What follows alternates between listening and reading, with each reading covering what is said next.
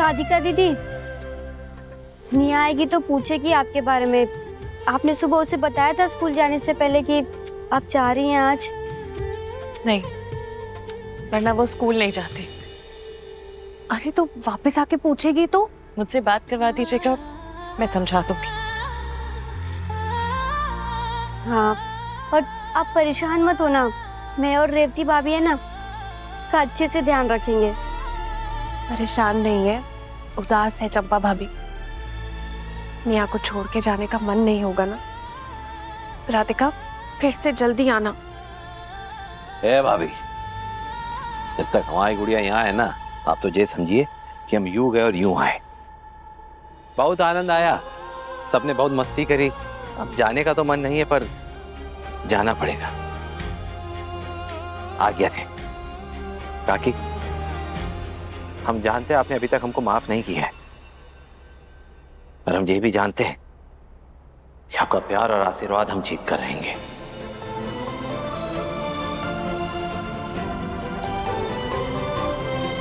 अरे आप सब लोग आए, हमें सच में बहुत बहुत अच्छा लगा। बड़े दिनों के बाद परिवार ऐसे इकट्ठा हुआ एक साथ, हंसते खेलते एक पूरा दिन एक पूरी रात बीत गई, पता ही नहीं चला। अब इस उम्र में यही यादें संजोता है इंसान। वीर बेटा, अगर तुम बुरा ना मानो तो क्या मैं थोड़ी देर अपनी बेटी से अकेले में बात कर सकता हूँ? काका कैसी बातें कर रहे हैं, इन पे सबसे ज्यादा हक आपा ही का है। हमसे क्या पूछ रहे हैं?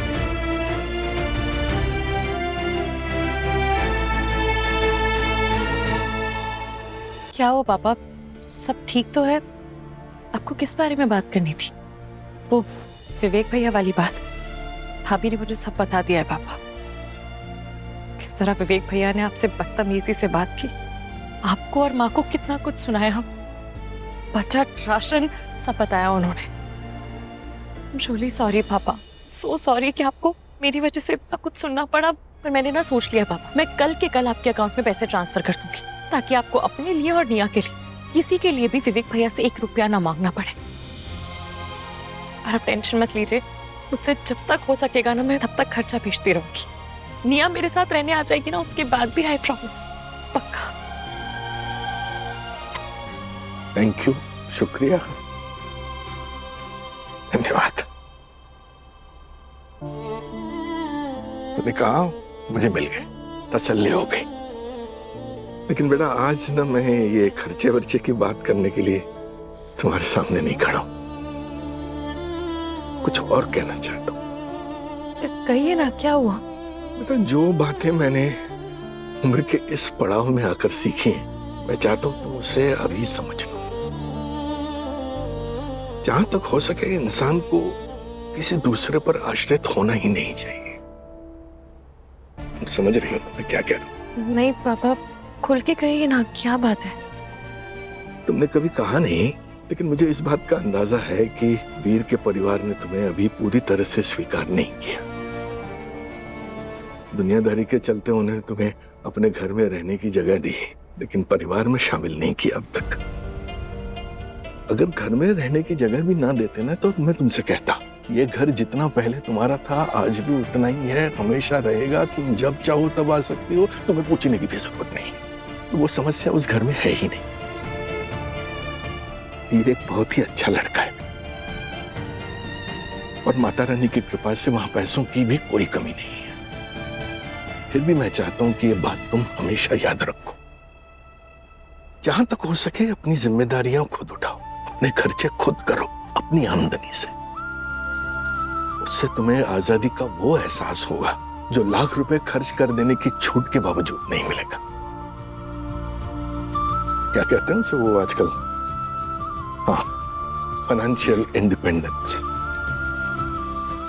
आज के जमाने में बहुत जरूरी है बेटा, उसे कभी मत खोना। मेरा अपना मानना है कि जो लड़की खुद अपने पैरों पर खड़ी होती है उसे कोई नहीं झुका सकता कभी भी। मैं मानता हूं कि उस घर की महिलाएं बाहर जाकर काम नहीं करती हैं, शायद उनको उसकी जरूरत नहीं है। तुम करना बेटा, ताकि कल को उठ के कोई भी तुम्हें कुछ बोल ना सके, 2 बातें ना सुना सके, तुम पर उंगली ना उठा सके। पर वैसे भी खुद की रोटी खुद कमाने में हर्ज क्या है? पापा ऐसी बातें अपनी भूमि से कभी नहीं कही, दीदी से भी कभी नहीं कही। मुझे सच सच बताइए बात क्या है? वीर के घर वालों से इस बात पे कोई बात हुई है आपकी? उन्हें मेरे जॉब करने से ऑब्जेक्शन है, क्या है? नहीं नहीं नहीं नहीं, तुम्हारे जॉब को लेकर उनसे ऐसी कोई बात नहीं हुई। लेकिन लेकिन क्या पापा, बताइए ना मुझे प्लीज। अगर ऐसी कोई भी बात है जो मुझे नहीं पता या मुझे पता होनी चाहिए तो प्लीज बताइए। पापा, एक इंसान को जानने के 2 ही तरीके होते हैं, या तो उसके करीब जाना या फिर किसी और से उसके बारे में पूछना। पहला तरीका तो अभी पॉसिबल ही नहीं है, ना तो वो लोग मुझसे बात करते और ना मुझे अपना मानते। तो शायद इस तरीके से उन्हें जानने में तो मुझे बरसों लग जाएंगे। तो हमारे पास सिर्फ दूसरा रास्ता बचता है। पापा बताइए मुझे क्या बात है? क्या कहूँ, कैसे कहूँ? बोलिए ना। तो जब तुम्हारी शादी की बात चल रही थी तो एक दिन अचानक तुम्हारी दादी सासू माँ ने हमें बुला लिया और दहेज की बात रख दी सामने।